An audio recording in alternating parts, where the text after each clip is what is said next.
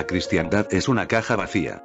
Amado maestro, los cristianos modernos están haciendo esfuerzos desesperados por salvar a su religión de su pasado primitivo y supersticioso, y de los fundamentalistas. Por ejemplo, según se dice, un modernista de la Iglesia de Inglaterra cree en un Dios que solo trabaja a través de un proceso evolutivo. No duda de la existencia de Jesucristo, pero no perdería su fe si se probara que Jesús nunca existió, y afirma creer en lo sobrenatural, pero no en lo milagroso. Su Jesús no hizo milagros y no nació de una virgen. Su tumba no estaba vacía. Para el modernista, la ética es más importante que la doctrina.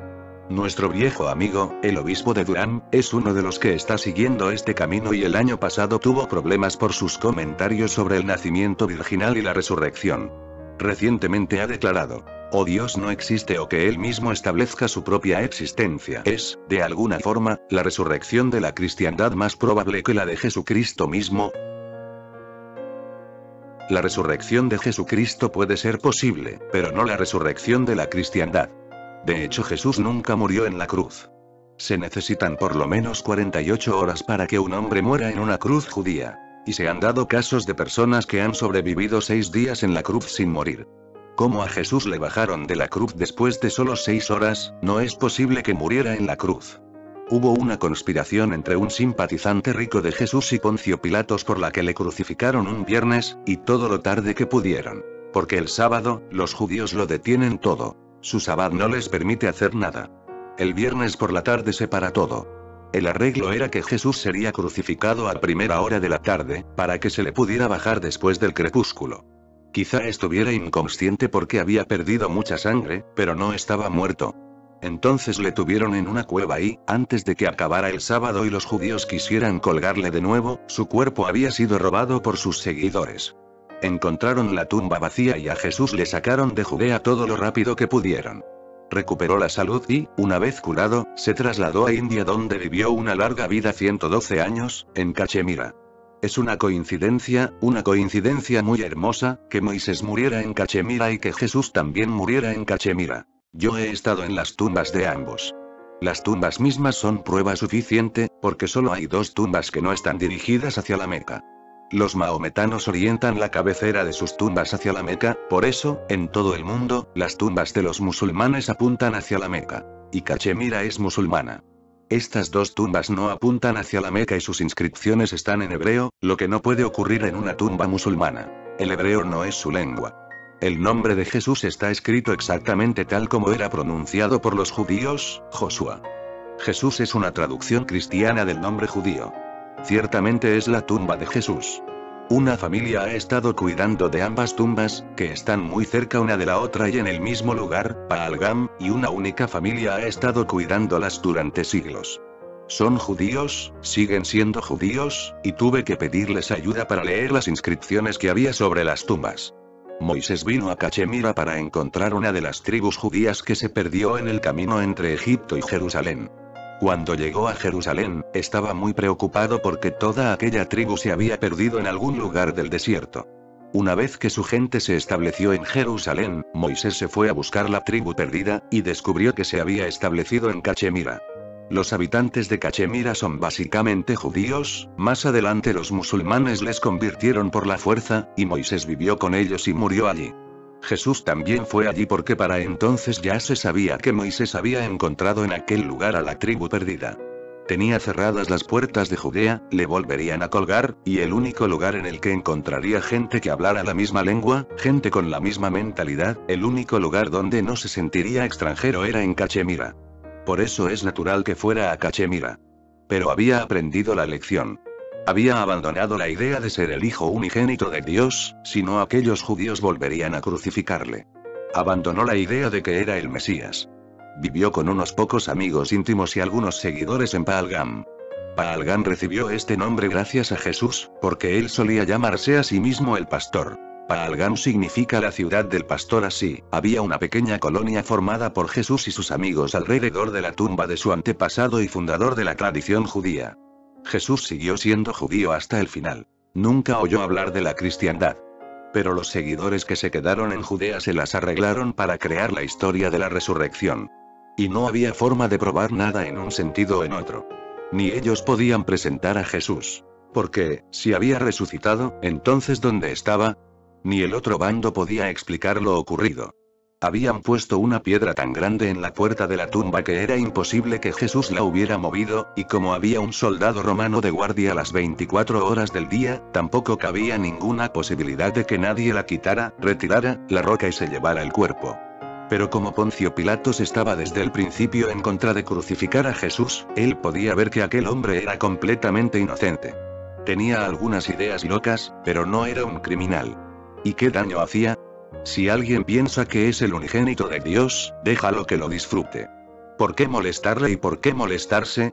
Si alguien piensa que es un Mesías y que tiene un mensaje de Dios, si quieres escucharle, escucha. Si no quieres escucharle, no escuches. Pero no hace falta crucificarle. Pero Jesús aprendió la lección. La aprendió a las duras. En Cachemira vivió con su grupo en silencio, rezando, vivía pacíficamente, ya no trataba de cambiar el mundo. Y Cachemira está tan lejos de Judea que en Judea la historia de la resurrección se hizo significativa entre sus seguidores. Por eso digo que ocurrió cierto tipo de resurrección. Pero fue una conspiración más que una resurrección. Pero es cierto que Jesús no murió en la cruz y tampoco murió en la cueva donde le llevaron. Vivió durante largo tiempo. Pero la cristiandad ni siquiera puede conspirar para revivirse, para resucitarse. Hay un gran movimiento entre los teólogos cristianos, están haciendo esfuerzos desesperados.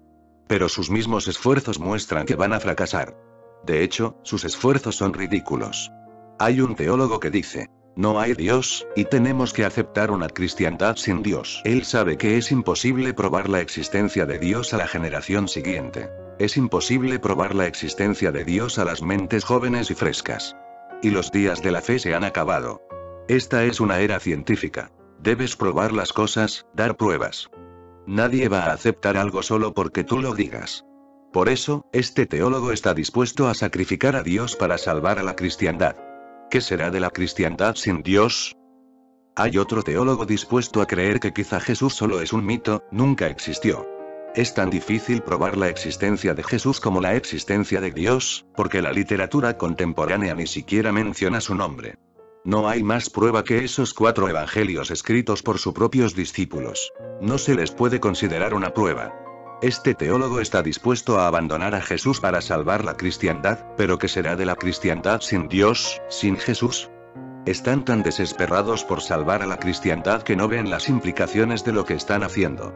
Otro teólogo dice que no hubo milagros, que todos los milagros solo fueron invenciones de los seguidores.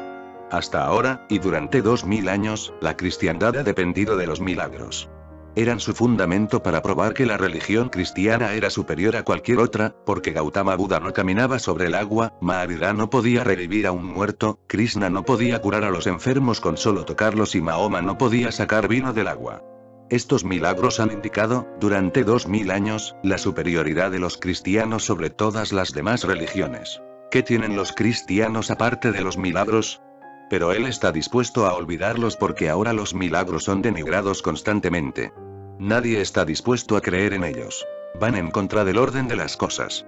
Y la naturaleza no cambia sus leyes, sus reglas, por nadie. No considera a nadie como una excepción. Por eso el nuevo teólogo se siente avergonzado. Él mismo sabe que es imposible probar los milagros. Yo le pregunté al arzobispo de Bombay: ¿representas a Jesús? El Papa representa a Jesús.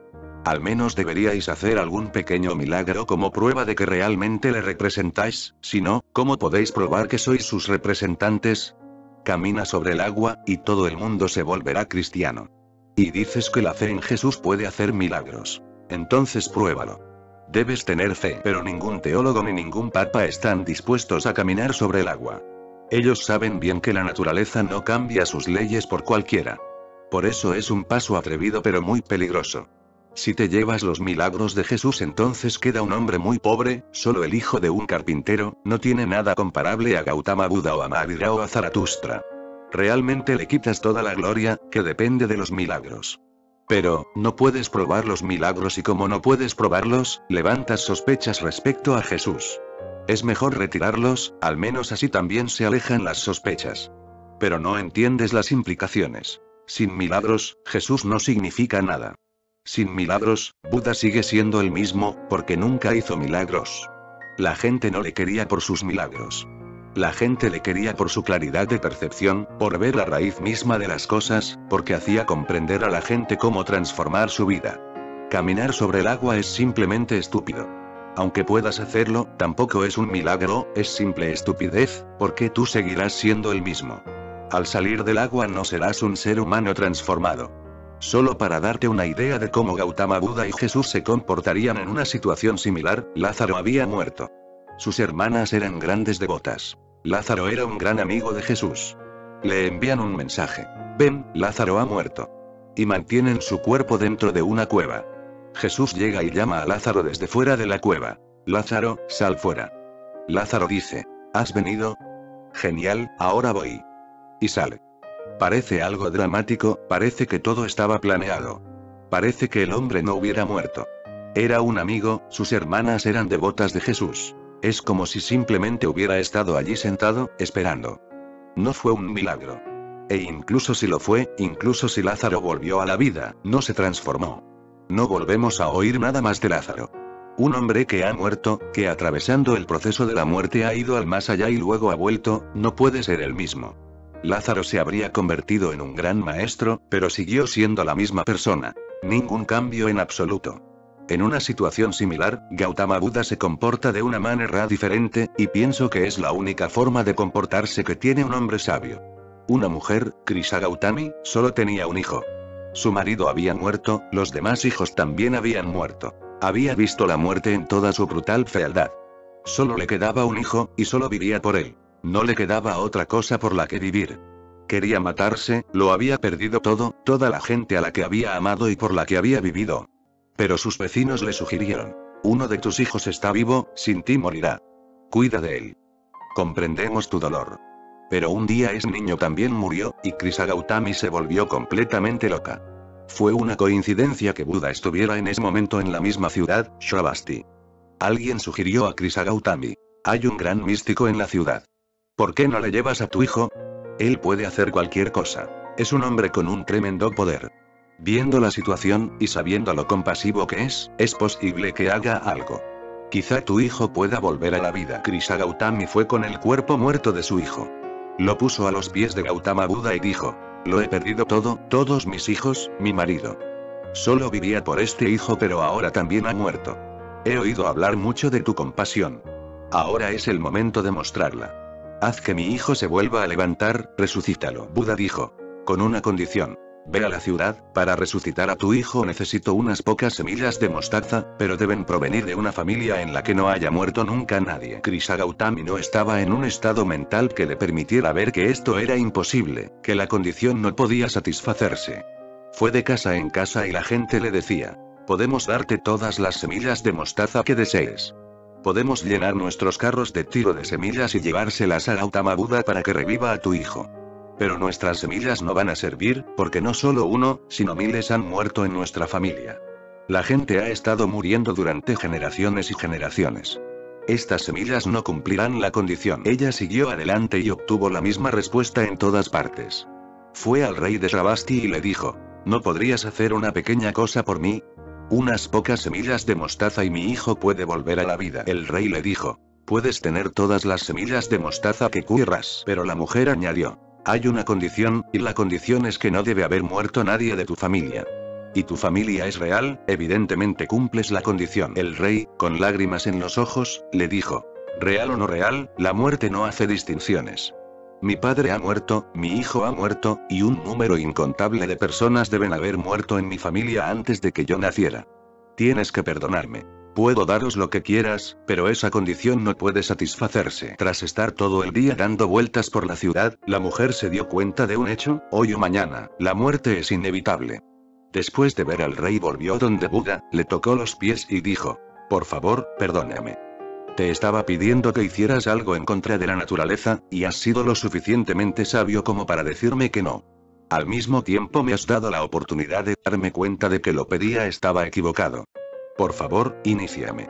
No tengo nada por lo que vivir, pero me gustaría saber qué es lo que vive y qué es lo que muere. Buda la inició y ella se convirtió en una de las grandes meditadoras de entre sus seguidores.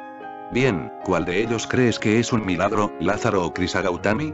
¿Cuál de los dos crees que está haciendo un milagro, Jesús o Gautama Buda? Gautama Buda no está haciendo un milagro en absoluto, pero, si lo entiendes bien, él es el que está haciendo el milagro porque está haciendo que la mujer cambie de un estado de locura a un estado meditativo. Incluso volviendo a la vida, Lázaro sigue siendo Lázaro y un día volver a morir, ¿qué sentido tiene? Pero la cristiandad ha dependido de estos milagros para probar su superioridad sobre otras religiones. De hecho, esas religiones son muy superiores porque no dependen de unas ideas tan estúpidas, tan infantiles. Entonces hay teólogos que están dispuestos a renunciar a los milagros. Pero si se renuncia a los milagros, Jesús se queda desnudo. Te has llevado todas sus vestiduras, no le queda nada que dar al mundo. Un teólogo retira de Dios, otro teólogo hace del mismo Jesús un mito, otro teólogo retira los milagros y el cuarto teólogo retirará la religión misma. Quiere una cristiandad sin religión, pero la cristiandad tiene que permanecer. No comprendo.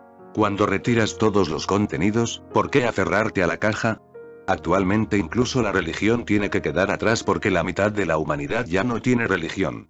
Los comunistas no creen en la religión y los comunistas no están solo en los países comunistas, que suman la mitad de la humanidad.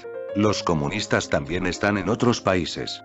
De hecho, las 3/4 partes de la humanidad ya ha renunciado a la religión. Y los que quedan solo son religiosos en apariencia.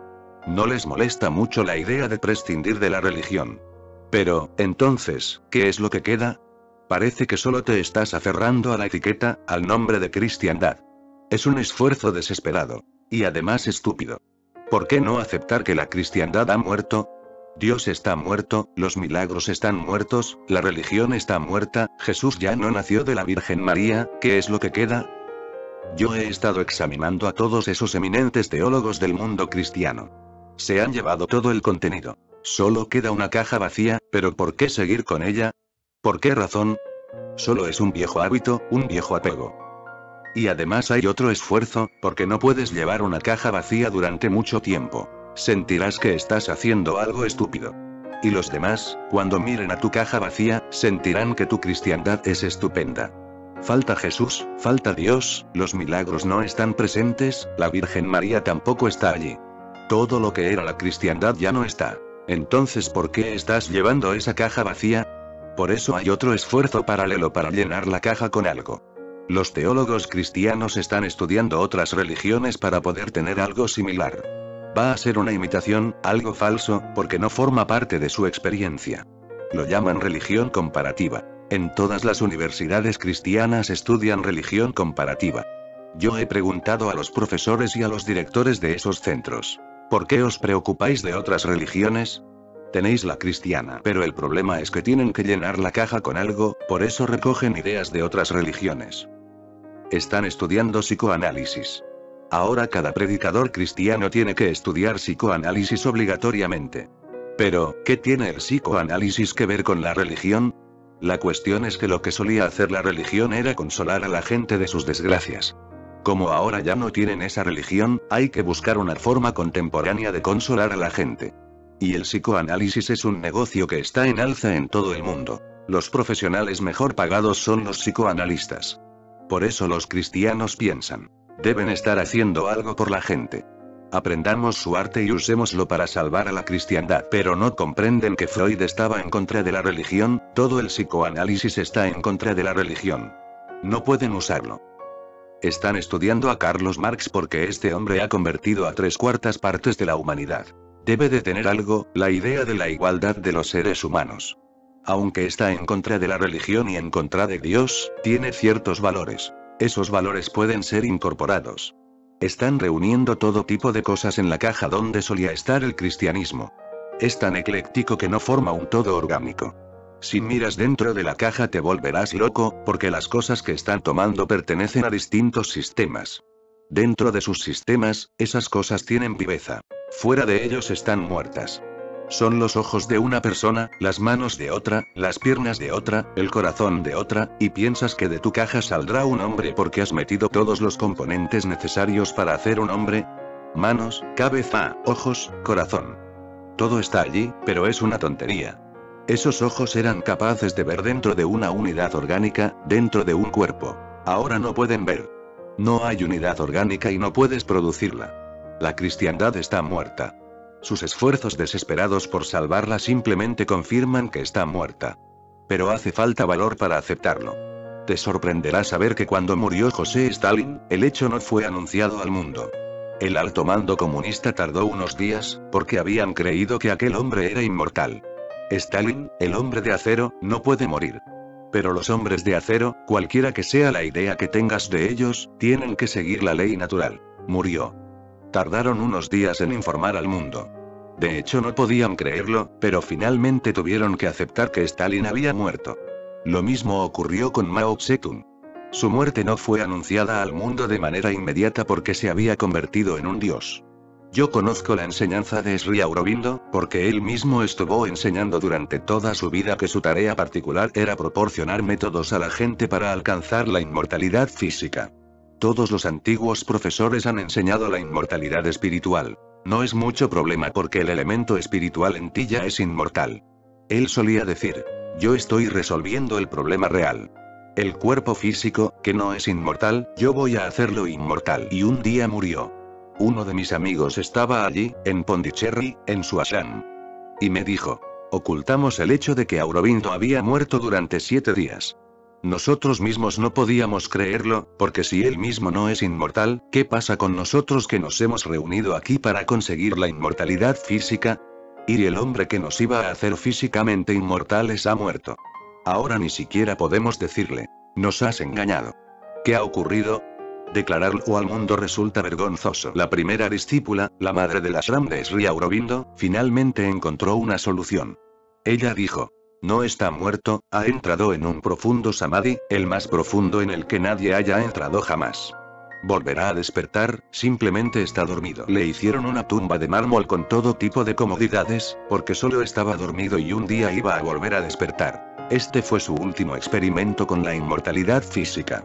Después pasaron los años, pero no llamó desde la tumba. La gente empezó a sospechar, pero la madre tenía más de 90 años, y todavía seguía predicando la inmortalidad física. Entonces, un día ella también murió.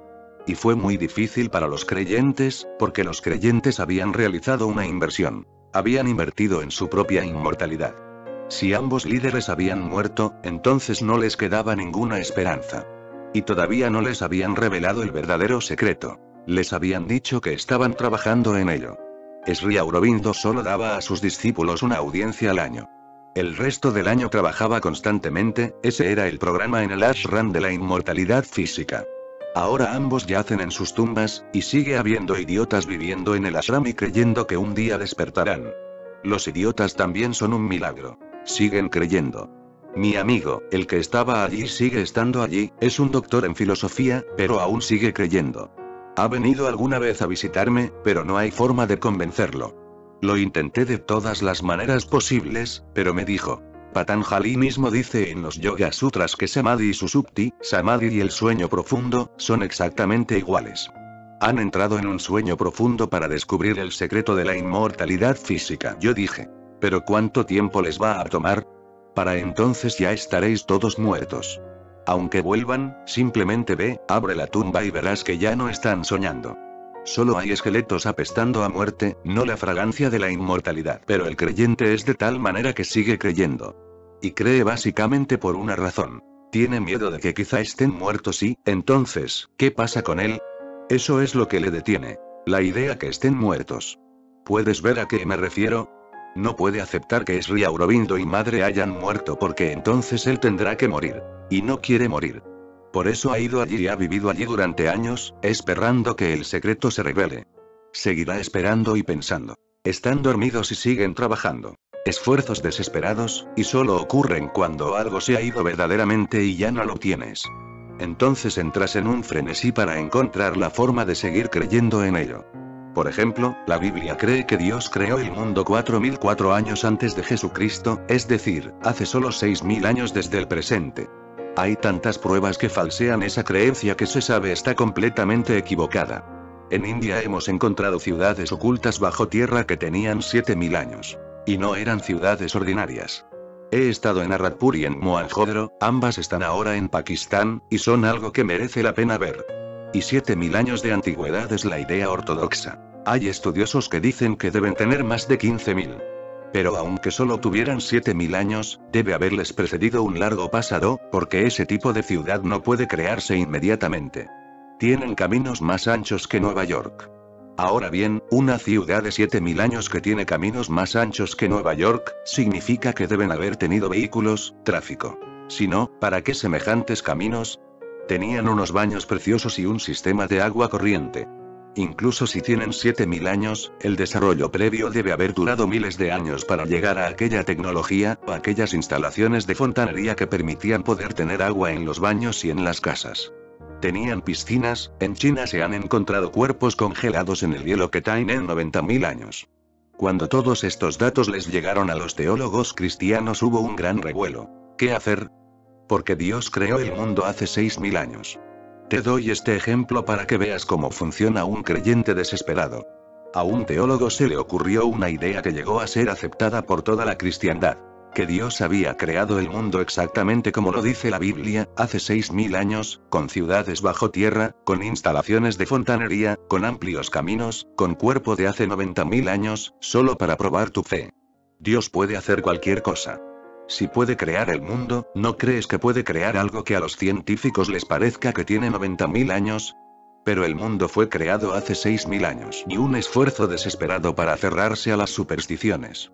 Pero llega un momento en que se prueba que todas tus supersticiones son supersticiones. Entonces surge la situación en que empiezas a decir, todos son supersticiones. Las podemos abandonar y aún salvar la cristiandad. No puedes. Esas supersticiones han sido la columna vertebral de la cristiandad. Sin ellas la cristiandad perderá la vida. Y será aún más absurdo creer en una cristiandad vacía de todas sus supersticiones, milagros, Dios. Vacía incluso de religión. Ahora dicen que solo se trata de ética, no de doctrina. Pero la ética no tiene por qué ser cristiana. No tiene nada que ver con el cristianismo. La ética es una ciencia en sí misma. Yo he sido profesor de ética y nunca he pensado que la ética pudiera ser cristiana. La ética pregunta qué es verdad, qué es bueno, qué es malo. No tiene nada que ver con la religión. Tiene que ver con tus propias acciones. Y es la misma para todos. Es indiferente estar en Tíbet, en China o en América, la norma ética es la misma. La ética es una ciencia completa en sí misma.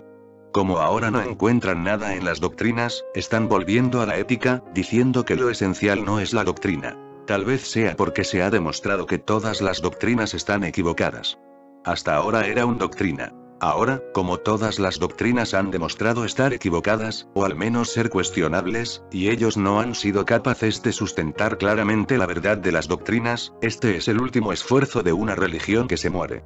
Abandonas esas doctrinas, son peligrosas, te están matando, y saltas a otra cosa que pueda resucitarte. Pero la ética es una ciencia en sí misma. Reflexiona sobre los valores, que no tienen nada que ver con ser hindú, musulmán o cristiano. La ética no va a salvar a la cristiandad. No la va a resucitar. La cristiandad no tiene ninguna posibilidad. Sería bueno que lo aceptaran y abandonaran el cadáver. Es una gran carga y estás perdiendo tu vida llevándola inútilmente. Si vives con una religión muerta acabarás muriendo tú también. Tus iglesias son tumbas. No hay una canción de la vida, no hay un baile de la existencia. Es mejor salir del viejo hábito. No son más que viejos hábitos. No sé por qué a las vestimentas de los sacerdotes, monjas, y obispos cristianos se les llama hábitos. No lo sé. Pero hay una cosa que sí sé. Sencillamente abandona el hábito. Sea cual sea el significado de esa palabra. Simplemente sé natural y humano. Esta no es únicamente una cuestión que atañe a la cristiandad. Me has preguntado por la cristiandad, pero la situación es la misma en las demás religiones. El hombre ha madurado y ya no necesita las viejas religiones supersticiosas. Necesita un planteamiento más científico para explorar su ser. Y eso solo será posible si se libera de los viejos hábitos. Y están muy sucios, porque la gente ha estado usando los mismos hábitos durante miles de años. Apestan. Sal de esos hábitos lo más rápido que puedas. Amado maestro, esta mañana, mientras hablabas de la pregunta sin respuesta, he observado cómo mis preguntas se disolvían en el silencio que he compartido durante un momento contigo. Pero una pregunta ha sobrevivido, y es: si no te hacemos preguntas, ¿cómo vamos a jugar contigo? Esa es una verdadera pregunta. Sería muy difícil, por eso, tengas preguntas o no, puedes seguir preguntando igualmente. No hace falta que la pregunta sea tuya, pero debe ser de alguien, debe venir de alguna parte, y mi respuesta puede ayudar a alguien, en alguna parte, en algún momento. Por eso, continuemos con el juego. Yo no puedo decir nada por mí mismo. A menos que haya una pregunta, estoy en silencio. Gracias a la pregunta puedo responder. Por eso no importa si la pregunta es tuya, lo importante es que la pregunta tiene que ser de alguien, tiene que venir de alguna parte. Y no solo te estoy contestando a ti. A través de ti estoy contestando a toda la humanidad. No solo a la humanidad contemporánea, sino también a la humanidad que vendrá cuando yo no esté aquí para responder. Por eso, averigua todos los ángulos y preguntas posibles, para que, incluso en el futuro, cuando yo no esté aquí, cualquiera que tenga preguntas pueda encontrar una respuesta en mis palabras. Para nosotros es un juego. Para alguien puede convertirse en un asunto de vida o muerte. Amado maestro, las preguntas parecen ser hijas de la capacidad de dudar. Y la duda, la chispa de una inteligencia viva y activa. Sin preguntas, y por tanto sin dudas, ¿cómo puede seguir floreciendo la inteligencia? Y sin embargo dentro de ti están el silencio último y la inteligencia última. Es verdad. Al principio.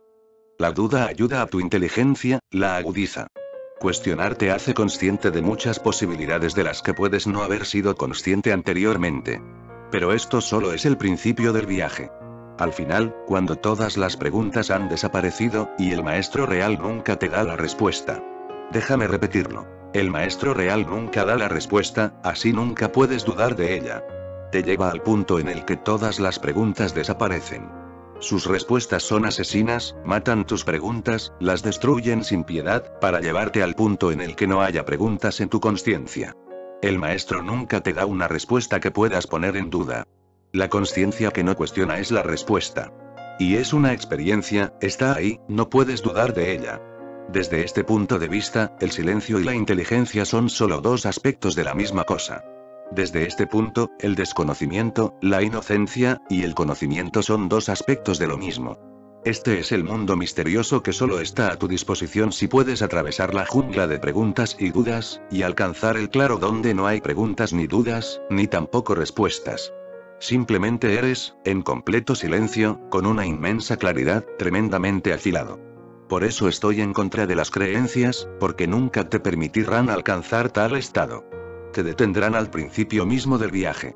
No te ayudarán a ser más inteligente. Te harán menos inteligente. Te harán más fanático, supersticioso, pero no te permitirán alcanzar la claridad que puede ser considerada el objetivo mismo de lo que sucede entre maestro y discípulo. El momento de silencio total, el momento en el que todo es claro como el cristal. Pero tiene que ser ganado. La creencia es barata. Esto es algo completamente diferente, lo que yo denomino confianza en la existencia. Confianza, creencia y fe son sinónimos en los diccionarios, pero no en la realidad. La creencia es el opuesto de la confianza. Crees porque tienes dudas. La creencia es un antídoto de la duda, es la necesidad de encubrir la duda. La confianza se da cuando no tienes dudas, por eso la confianza no es una creencia. La creencia siempre supone creer en algo. En alguna doctrina, en algún principio, en alguna filosofía. Confianza es confiar en la totalidad del cosmos. No tiene nada que ver con libros, sagradas Biblias, gitas, Coranes, no. Solo hay una escritura que se extiende a tu alrededor por todas partes. En los árboles, en los ríos, en el mar, en las estrellas. Y no tienes que leerla. Solo tienes que estar en silencio y comienza a derramar sobre ti toda su sabiduría, que es eterna. Yo estoy en contra de las creencias porque quiero que llegues al punto de la confianza.